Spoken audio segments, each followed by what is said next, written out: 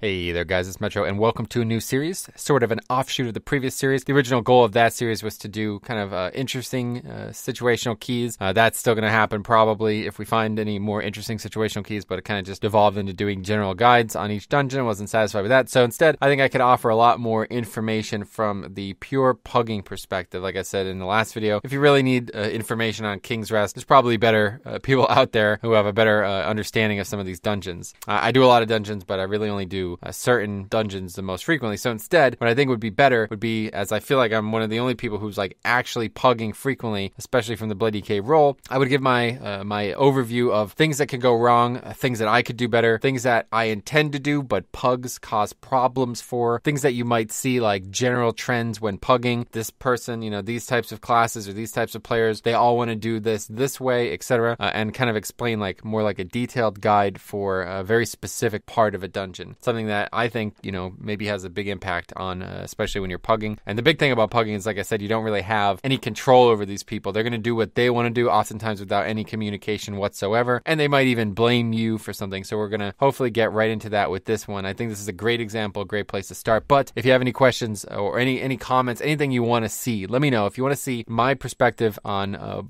ways pugs mess up or ways that things differ when you're pugging certain bosses or certain areas, let me know. I already got a couple ideas in my head, but this one is a great place to start. So let me know. Kind of a preamble here. We're going to get right into it, the actual discussion on this boss right now. All right, let's begin. So we're going to talk about the boss Azerokk. One thing that you'll notice, hopefully immediately, is that for some reason in the Mythic, like the timer area on the right there, it says Tikali, which is not the name of the boss. I don't know why it's wrong, but yeah, that's something you'll notice. Now, I'm showing you the trash. I don't know exactly how I'll format it in the future, but for now I wanted to show you the trash because the key I'm recording is a very interesting key. I think a lot of people saw this live. It was 15 Motherlode with explosive and teaming, and obviously fortified. Without question, I think this would be the hardest combination that anything could happen with this trash. So I did want to include it, okay? Even though it's not actually part of the fight. The fight is the main thing I want to talk about. There's some things you need to be understanding on the trash, okay? And again, with pugging, you're going to see a lot of these mistakes, okay? The big thing that you need to know as a Death Knight tank is that this Earthshaper mob you need to stick on as hard as possible. But the Skuld mob there, that Taskmaster, is going to eat some of the damage with that cover mechanic, okay? It's going to make you do a lot less damage to the other targets. But the reason you want to stick on that target there is because that rock lands. It's also going to do this Earth Shield thing, okay, whatever, you can interrupt that if you want, try to stun it, but as a Death Knight, you have multiple ways to prevent this, right? Regular interrupt, stun, and then of course, double grip. But, and this is a mistake I always make, and it's something I gotta tell you guys about, you gotta be aware of this. You do not want to be Gorfiend's grasping on this pack, okay? You need it for the next boss. I'm going to show you why in this video. But you definitely do not want to be using Gorfiend's Grasp on this pack, okay? I do it all the time. If there's one thing I could say, one mistake I make in here all the time, it is that. Literally almost every stream I bring it up. Whenever I do this dungeon, I'm always saying, like, I have to like mentally prepare myself not to use Gorfiend's Grasp because it's so free. You can interrupt multiple casts, gather them all up. It's a pain in the ass pack. There's no doubt about it. And with Explosive, this is going to be a very, very difficult pack. And it's also going to be a very difficult boss. And that's why we're going to do, we're going to start with this key because this is a very important key for this boss, all right? It is not tyrannical, but it doesn't matter. It's still explosive. I think this is probably the hardest to fix set on this boss. But as you see, we're using so much time on this trash. It's unbelievable. Now, maybe if you're spending this much time on the trash, it's worth using Gorfiend's Grasp. I don't know. Maybe it'll be backup. But you really want to try to do some kiting. It's another thing I never do when I'm pugging is kiting. I just go face. You know what I'm saying? I don't really go pugging to kite. You know, I'm not here to not take damage as a tank. I like flexing. I like doing DPS. And I like HPS as well. And you're not really able to do any of that stuff if you're kiting. So regardless, one of the hardest packs. But before we even start here, I want to say a couple things about this fight, okay? Now we could pause it, right? There we go. So this is taken from the live stream, so apologies for the quality, but hopefully you can understand what's on the screen. So there's 4 ads on the encounter, and then there's the boss, okay? So let's go through a couple things that I always do wrong on the pull. All right, this is immediately, as soon as we're pulling the boss, I make this mistake constantly. Number 1, Death and Decay on the pull, all right? You need to be saving Death and Decay for after you AoE grip the mobs. And I'm telling you why, because you want to slow them, all right? So ideally, this is how the fight would start. 3, 2, 1, you're going to taunt the boss. This is another mistake I make all the time. I don't taunt the boss, okay?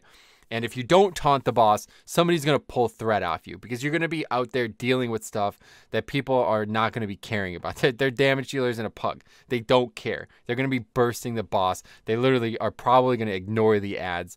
If you grip, even when you grip, they might still ignore them. So you got to be aware of that, okay? But what I always try to do is there's always one that kind of just gets away from the pack that I wouldn't be able to AoE grip together. So I solo grip that one. And then at that point, you put yourself in a position and then you see how the fight proliferates. So number one thing, get ready for all 4 of these mobs. Be in good position for all of them, all right? Start the boss with taunt. Taunt the main boss and just get some damage, get blood boil up going. You know, hit him with a couple blood boils. Get your diseases rolling, maybe hit a couple death strikes. I would save Dancing Rune up, and you see I do not have it up in this because we use it on the trash. Obviously, very dangerous trash, but you know I would definitely wait again until Dancing Rune weapon comes. So let's see how the fight progresses. I think the guy's eating, he's drinking or something like that. But so 3, 2, 1, you're gonna pre-pot. Okay, again I potted in the trash, so I won't have it. Pre-pot.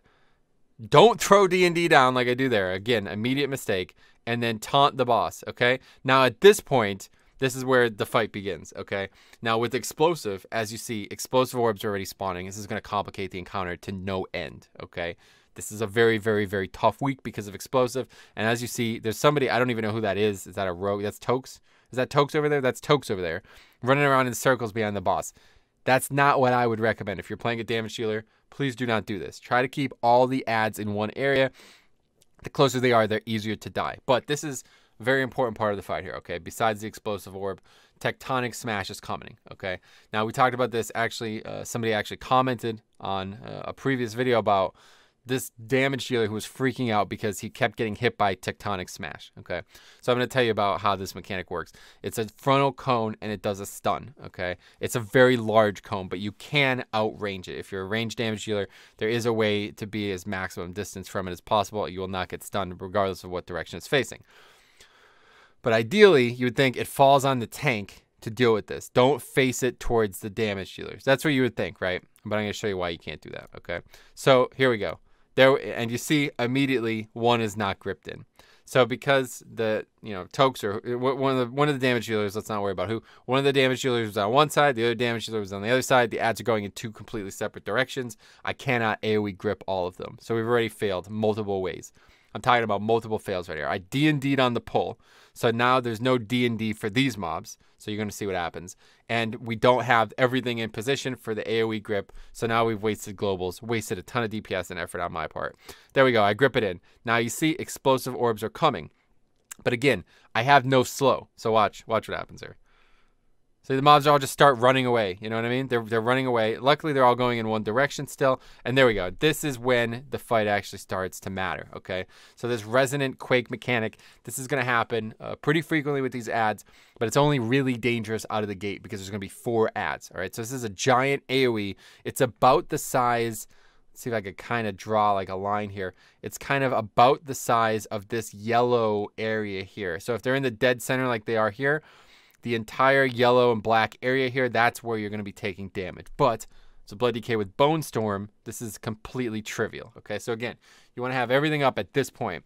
Once they all get gripped in, you want to throw D&D down, Dancing Rune weapon, build for Bone Storm, get good couple double blood boil values, do as much AoE DPS to all 5 targets as possible. Make sure you have not lost threat on the big guy, of course, on the boss at Azerokk. Very, very common. Doesn't happen in this video, but it happens to me all the time. And then just Bone Storm. You know, Death and Decay. You want a Death and Decay to slow them. So another tip, Death and Decay, if it hits something, it automatically starts the 10. So this is with the talent, obviously, Grip of the Dead or Damned or whatever it's called. I don't know. The slow talent, 90% reduction. Then it goes down over time, right? So the second it does damage, it starts with that 90% slow. All right, at that point, it's going to continue to go down. So if the mobs are not in it and they walk in it, it doesn't matter. If it's 5 seconds into D&D, they're only going to be 50% slowed. So you want to have D&D up, Okay, that's very important. You want to keep them all together. So again, you're going to grip them. They're going to try to spread out, but you would prevent that with the, you know, death and decay going down. Okay, then they all do their resonating quake. Somebody stuns them. Okay, that's the goal. Somebody would stun them during this cast, and it would be no problem. But look at what is happening here. Absolute disaster level. There's explosive orbs in 4 of these resonating quakes. So this is a very complicated fight because of that. The damage dealers, 2 of them are melee. They're going to have to go in there and kill them. Otherwise, we're relying on the healer, relying on me, relying on the hunter, perhaps, the range damage dealer to do this for us. It's definitely possible for them to do it, but it's just not optimal. The melee are usually the ones who deal mostly with explosive. So, you know, you're going to have to deal with that. And then, again, it's going to happen. Watch. I think you'll see it again here. So now the mobs are all targeting new players. They're all going to spread out again. So at this point, you know, any more stuns you have, anything else. So actually it happens right there. So look at that. So 2 explosive orbs have spawned directly in front of the boss. He's doing his frontal stun. It is going to hit these players, okay? People are going to kill the explosive orbs. They ran in front of the boss to kill the explosive orb. They're now going to get stunned. So these are mistakes that people are going to make. Just be aware. It's not really going to cause any problems for you as a tank, but just be aware. So as you see, it's the same problem. That's what I was talking about before. The reason it's pretty much impossible to keep. So what we were talking about before with the player complaining that I was hitting them with the frontal stun. This is not my responsibility, okay? If you're pugging and somebody says this to you, ignore them, all right? Tell them to you know, just forget it, okay? I'm not going to deal with that mistake. That's on them, all right? Way too many damage dealers are trying to make it sound like every position-based requirement is the tank's job, and ideally it would be. You know, if in an ideal world, the tank could deal with this mechanic and make it extremely easy for the damage dealers, that's fine. But the reason it's not going to be happening is because I'm going to be constantly switching, especially this week here, to kill explosives. I'm going to be rotating around the boss constantly to be killing explosives, as you see. So the boss is going to be rotating with me. Even on non-explosive weeks, as you see, I'm going to be chasing these ads. This is an incredibly important job that you can do here. And you can grip those ads. You can prevent their cast with grip, stun, any type of knockbacks. And you want to be doing that as a Blood DK, okay? If you're not doing that, that's, yeah, not good, all right? So this is a fight that I feel like, especially in pugs, people are going to, you know, they're going to bellyache at you for maybe not having threat, maybe not gripping them properly, not corralling them properly, not coordinating stuns well, you know, not moving the boss in a way that they don't, and it's really dumb because, like, I don't know, I can't have any sympathy for somebody who's just not willing to move their character out of a stun. Like, it's not my problem. If it's a mistake, right? If we make a mistake and the mistake is between you get hit by it or you don't get hit by it, like, you know what I mean? Like, just shut up and move from it. Like, I don't know what to tell you. But anyway, yeah, so that's the boss. So yeah, like I said, big mistakes. People are going to pull threat. Make sure you taunt the main boss, all right? Make sure you save D&D. Make sure you did not use Gorfien's Grasp on the previous pack. I do these things all the time. I don't save D&D. I don't taunt. I don't have Gorfien's Grasp. If you do not Gorfien's Grasp into a slow, you're going to lose a absolute ton of DPS. So anyway, that's pretty much everything. So let me know what you guys think. If you have any other video ideas you want to hear from this, I have a couple ideas. Like I said, some ones that I really would like to see how it works out. And if you want to hear my detailed thoughts on any boss, or especially anything that you saw from a stream, you know, like a clip from the stream, anything like that, let me know.